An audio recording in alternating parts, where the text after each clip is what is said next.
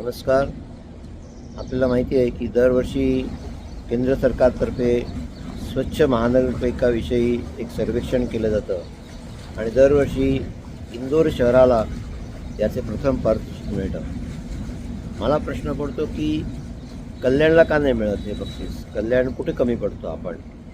आपला नंबर पुढे गेलेला नाही असं नाही, परंतु अजूनसुद्धा आपल्याला खूप पल्ला गाठायचा आहे आणि हे सगळं करण्याकरता आपण सगळेजण एकत्र नाही आलो तर शक्य नाही. आज आपण बघतो की जे हवामानामधील जे बदल आहेत किंवा ज्याला क्लायमेट चेंज होतं आहे त्याच्यामुळे बाहेर 40 डिग्री टेम्परेचर किंवा अचानक पाऊस येणं हे आपण बघतो आहे. त्यामुळे सगळ्या जे प्रश्न जे आहेत ते आपल्यापुढे गंभीर होताना दिसत आहेत. पण ह्याच्यामध्ये दुसऱ्याला दोष देण्याच्या ऐवजी आपण स्वतःकडे बघायला पाहिजे.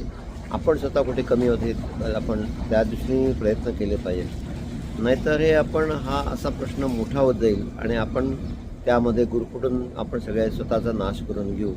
याच्याबद्दल मला काही शंका वाटत नाही. आपल्या सगळ्यांच्या प्रयत्नामुळेच आम्ही हा एक विशेष प्रयत्न करणार आहोत. येत्या 6 जूनला शनिवारी सकाळी 8 वाजता नमस्कार मंडळ आग्रा रोड येथे आपण एक स्वच्छ सुंदर वस्ती व प्लास्टिकमुक्त वस्ती यासाठी एक कार्यक्रम हाती घेतला आहे.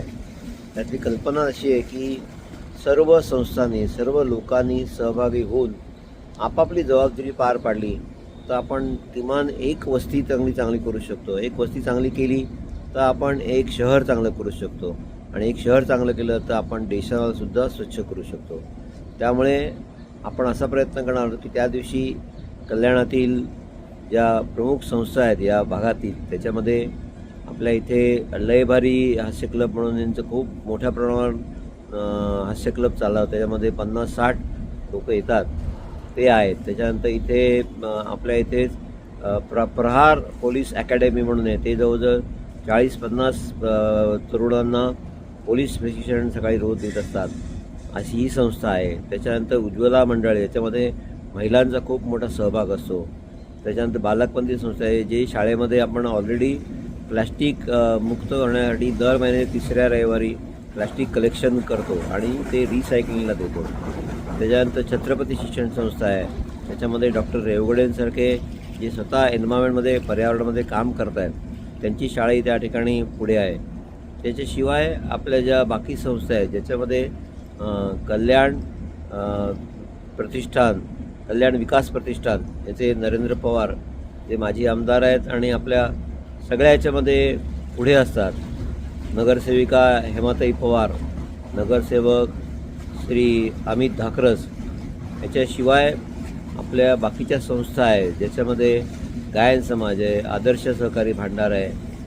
या सगळ्या संस्थांनी मिळून आपण हा कार्यक्रम करणार. यामध्ये रोटरी क्लब ऑफ नवकल्याण हे सुद्धा याच्यामध्ये आहे. हा सगळ्या कार्यक्रमात आहे आणि आपल्या सगळ्यांना मला सांगायला बरं वाटतं आहे की या कार्यक्रमामध्ये आपण क्लायमेट चेंज या विषयावरती श्री परेश वसईकर हे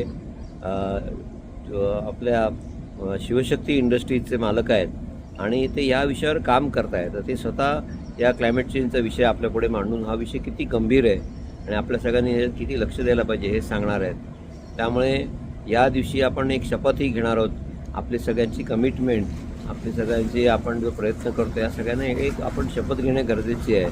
त्यामुळे एक शपथ होईल. त्याच्यानंतर आपल्या भागात जे महापालिकेचे जे स्वच्छतेचे कर्मचारी आहेत जे अहोरात्र काम करत असतात तर त्यांचाही एक छोटा सत्कार आपण या निमित्त करणार आहोत. त्यांना रेकग्निशन आपण देणार आहोत. माझी अशी आपली विनंती आहे की आपल्या इथे सुद्धा आपल्या सोसायटीमध्ये आपल्या घरामध्ये सुद्धा जे स्वच्छतेचे काम करणारे जे आपल्याकडे येतात त्यांचंही आपण आपापल्या योग्यतेप्रमाणे त्यांचाही सत्कार आपण आपापल्या घरी आपापल्या सोसायटीमध्ये करावा. कारण हे स्वच्छतेचं काम जरी त्यांना पैसे मिळून मिळत असून ते करत असतील तरीसुद्धा ते सगळ्यांचं काम आहे, एकटं त्यांचं नाही. आज आपण बघतो की आपल्या इथे रस्त्यावरती कचरा पडण्याचं काम अजूनही चालू आहे. लोकांना माहिती आहे की कचरा असा टाकला तर त्याला दंड होऊ शकतो पण तरीसुद्धा लोक करतात. प्लॅस्टिकला बंदी आहे पण तरीसुद्धा आपण बघतो की आपल्या दुकानामध्ये किंवा आपण जे फेरीवाले जातो त्या सगळ्यांकडे हे प्लॅस्टिक विकलं जातं, प्लॅस्टिक दिलं जातं आणि आपण किती जरी याच्यामध्ये कमिटमेंट आहे असं म्हटलं तरीसुद्धा आपण आपल्या घरी हे प्लास्टिक येण्यापासून आपण थांबवू शकत नाही, पण आपण एक गोष्ट करू शकतो, ते म्हणजे निदान त्याची विल्हेवाट लावण्याकरता जे आपण त्याचं वर्गीकरण करून ते जर का आपण बालकमंदिर शाळेमध्ये आणलं दर महिने 3ऱ्या रविवारी, तर त्याचं आपण पुढे चांगली गोष्ट करू शकतो. माझी विनंती आहे की या कार्यक्रमाच्या वेळेला सुद्धा आपण आपल्या घरातला प्लास्टिक कचरा जो आहे तो शक्यतो घेऊन यावा. त्या दिवशी आपण आपल्याला माहिती आहे की आपलं झाडं लावण्याचं म्हणजे पर्यावरण दिन असं आपलं नेहमीचं सूत्र आहे. आणि या 5-6 तारखेला पाऊस असण्याची शक्यता कमी आहे, आत्ता तरी कमी वाटते. त्यामुळे त्या दिवशी मोठ्या ह्याच्यावर झाड लावतेलं असं नाही, परंतु आपल्याला माहिती आहे की लवकर वटपौर्णिमा येणार आहे आणि बऱ्याचशा बायका या वडाच्या फांद्या तोडून त्याचं पूजा करण्याचा प्रयत्न करतात. त्यामुळे एका प्रकारे पर्यावरणाचा ऱ्हासच करतात. म्हणून आपण प्रयत्न करणार याला की आपण 10 ठिकाणी छोट्या कुंडीमध्ये वडाचं झाड लावून ते आपण लोकांना आवाहन करणार की तुम्ही त्याची पूजा करावी. अशा प्रकारे आपण स्वच्छ सुंदर वस्ती करता सगळ्यांनी सहभागी व्हावं आणि ह्या कार्यक्रमाला सगळ्यांनी मोठ्या संख्येने सहभागी व्हावं असं मी आपल्या सगळ्यांना आवाहन करत आहोत. मी पुन्हा एकदा आपल्या सगळ्यांना विनंती करतो, ह्या आपल्या उपक्रमात देशस्थ तिरुपती ब्राह्मण संस्था यांचाही सहभाग त्याच्यामध्ये आहे आणि अशा बऱ्याच संस्थांनी मिळून आपण हे करतो आहे. नमस्कार मंडळसुद्धा या कार्यक्रमामध्ये असणार आहे. तर आपल्या सगळ्यांना नमस्कार मंडळ आपण हा कार्यक्रम करतो आहे. तर आपल्या सगळ्यांना विनंती आहे की मोठ्या प्रमाणात आपण या ठिकाणी यावं, आपली उपस्थिती आहे आणि आपण ह्याच्यापासून सुरुवात करावी. आपण एक प्रश्नावली यानिमित्त भरून घेतो आहे.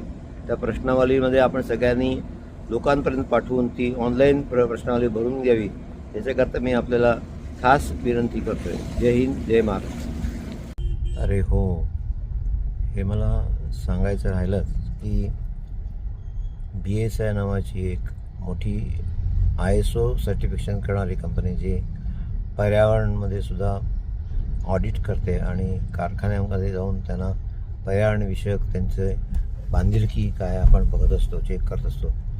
ती BSI नावाच्या कंपनीचाही आपल्याला सपोर्ट आहे या उपक्रमामध्ये.